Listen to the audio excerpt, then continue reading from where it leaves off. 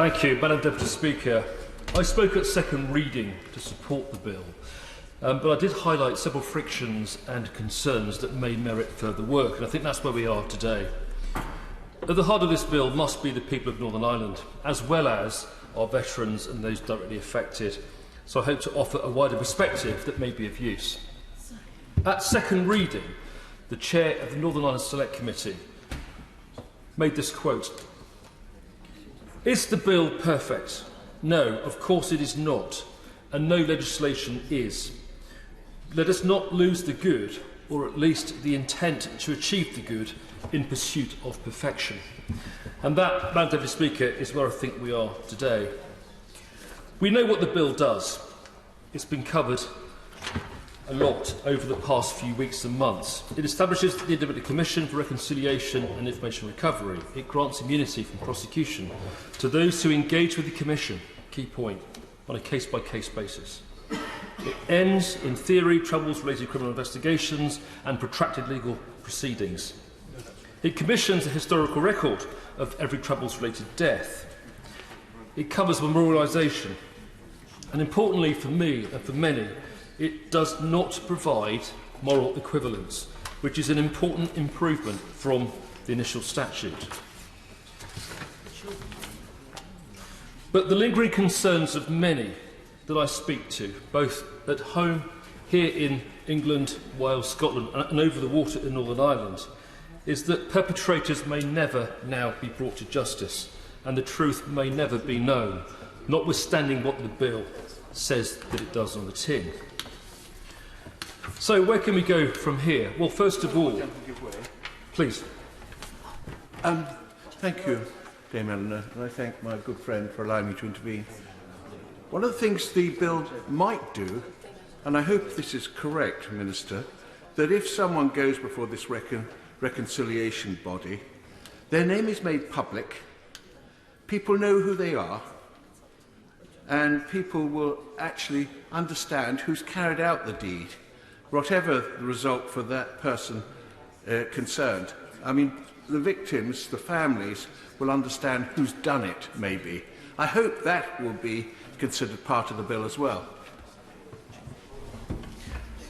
Dame Eleanor, I thank my honourable and gallant friend for his intervention, and he's absolutely right, and I'd hope the Minister has paid heed to his point. So, having looked at the bill in terms of what it does, and having discussed it at second reading, where can we go now today? Where do we need to go as a committee? Well, the first thing with the Minister in his place is that I would urge the Government to reconsider the exclusion of rape and sexual offences. I think it merits further work, although I fully understand the arguments that currently exist in law. It may be a political point as opposed to a legal point, or both, but it requires extra work in my view. My second area relates to Clause 18, about immunity from prosecution. Clause 18 currently says that the ICR must grant a person immunity from prosecution if conditions A to C are met. Well, condition C states that the person needs to have engaged and state the truth to the best of that person's knowledge and belief. Well, that's a very low and subjective expectation of one's individual's account, for which the immunity panel are not required to seek corroboration. So what if that individual is not telling the truth? And indeed, there are numerous... Please.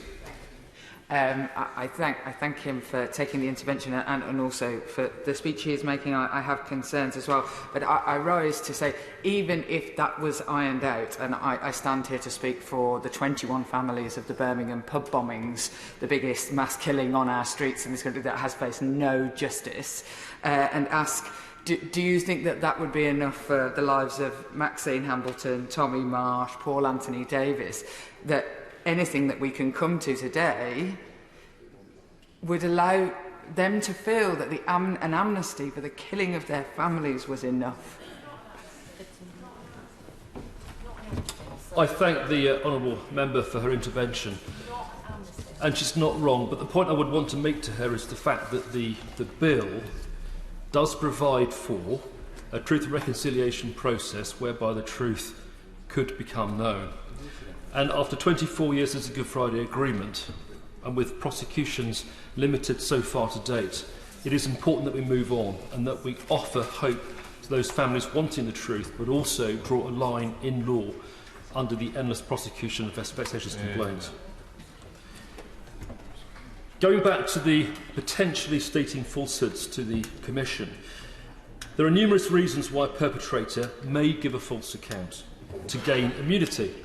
The obvious ones being to play down their role within an offence, and there's also the potential cynical abuse of the immunity process by perhaps political elements. There's also the issue of who potentially acquire immunity for pre-1998 offences, yet still be involved in terrorism post-1998 and still perhaps to this day. A distinction is required there. So, please do. I thank my honourable friend for giving way. I think he is referring to Amendment 97, which has been tabled by members opposite.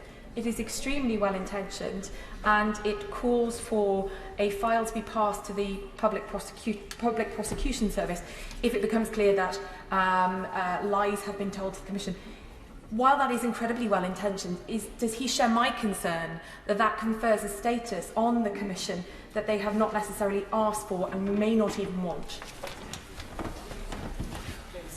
I thank my honourable friend for her intervention, and she's not wrong. My personal view to answer her query is that we need to do a little bit more to ascertain that proof. And it may be that the word of one individual may not be enough, in my view, to grant the immunity. So it's independent evidence, independent corroboration, which may be needed, in my view, to secure the immunity over a period of time. Thank you. Gavin Robinson. First of all, the panel has to make an assessment as to whether the information they have been given has been given truthfully to the best of the person's knowledge. That is an assessment they are having to do already. Amendment 97 simply then says what happens should they decide that it wasn't given truthfully to the best of the individual's knowledge. And they don't have much to do. They've already made the assessment. It then just goes to the PPS. To the Honourable Gentleman's point, I think if he looks at the exact provision, and it may be Clause 20, it may be Clause 20, subsection 4, where he says they don't need any information other than that which is given to them by P. Have a read at 1, 2 and 3 subsections of Clause 20. I think that is the answer to the question he's raising, and that subsection 4 could simply be deleted, and there's an amendment on the page both from us and for the Chair of the Northern Ireland Affairs Select Committee for that precise purpose. I thank my honourable member opposite for his intervention, and of course we are debating this in committee stage at the moment. The Minister is in his place now, and I'm hoping he's paying heed to what we're saying, because these are all tweaks to the bill that I feel, and I think we feel, we could make. Just back to Clause 18, if I may. So what? What's my point? Well, first of all, what defines an acceptable level of engagement? How do you specify it? There's nothing in the bill at the moment which defines what level of information you need to give in order to qualify for that immunity. I think it needs work.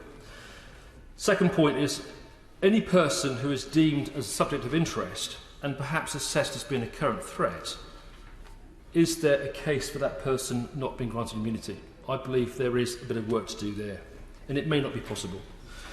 My third point is, if a person is convicted of a post-1998 terrorist offence, there should perhaps be a method of introducing legislation that the offence they were granted immunity for can be taken into consideration for sentencing purposes for other offences. That, I know, is tricky, it's divisive, but I think it's worthy of consideration.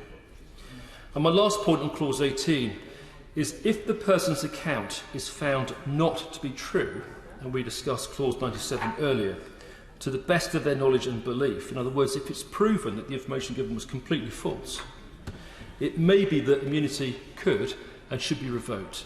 I know the Minister is going to cover this in his speech later on, but particularly if there is compelling evidence which proves that the information given at the time was not true.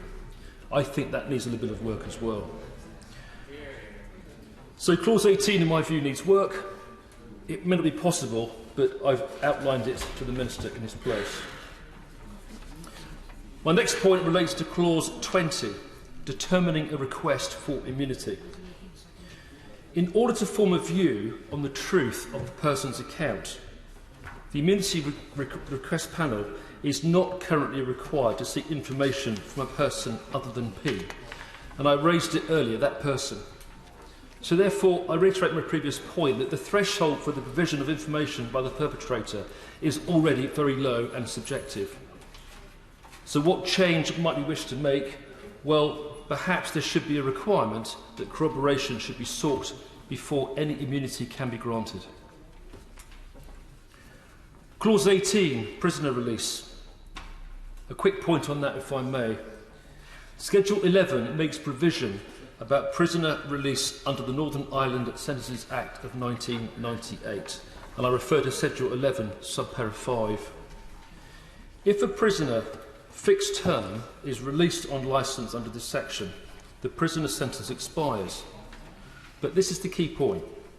The existing early release scheme provides that if a person's application for early release is successful, they must serve a minimum term of their sentence before being released. Paragraph 5 in the new bill replaces and repeals several provisions of that Sentences Act, with the effect potentially of removing any minimum sentence. And this virtually removes any incentive for a perpetrator to engage with the process. I would therefore urge the Minister in his place again to look at that particular clause, if he would. And lastly, there are other areas I feel that are not covered in the current bill, and these may indeed come later. First of all, examination of terrorism glorification legislation and developing law which enables those flouting such issues to be held accountable. That's not provided for at all in this particular bill, and it may be that it requires further work. Perhaps we're after, and we need, a better UK-wide definition of victim survivor of terrorism. And perhaps also, this is a tricky one, perhaps also reparation for the bereaved.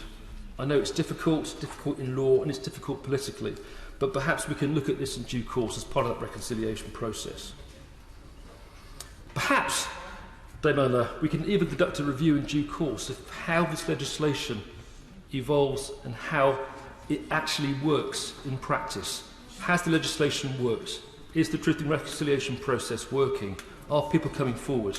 And perhaps we need to build into this bill a clause whereby we can legally review it in due course with a view perhaps to tweaking what goes through Westminster. But Dame Eleanor, to conclude, I recognise that this is a very, very difficult issue. This is a difficult bill. I commend the efforts of the ministers and everyone involved, particularly in the Northern Ireland office, for getting this far. And we have something now on the table which, in my view, needs to go through. Time is short, of course.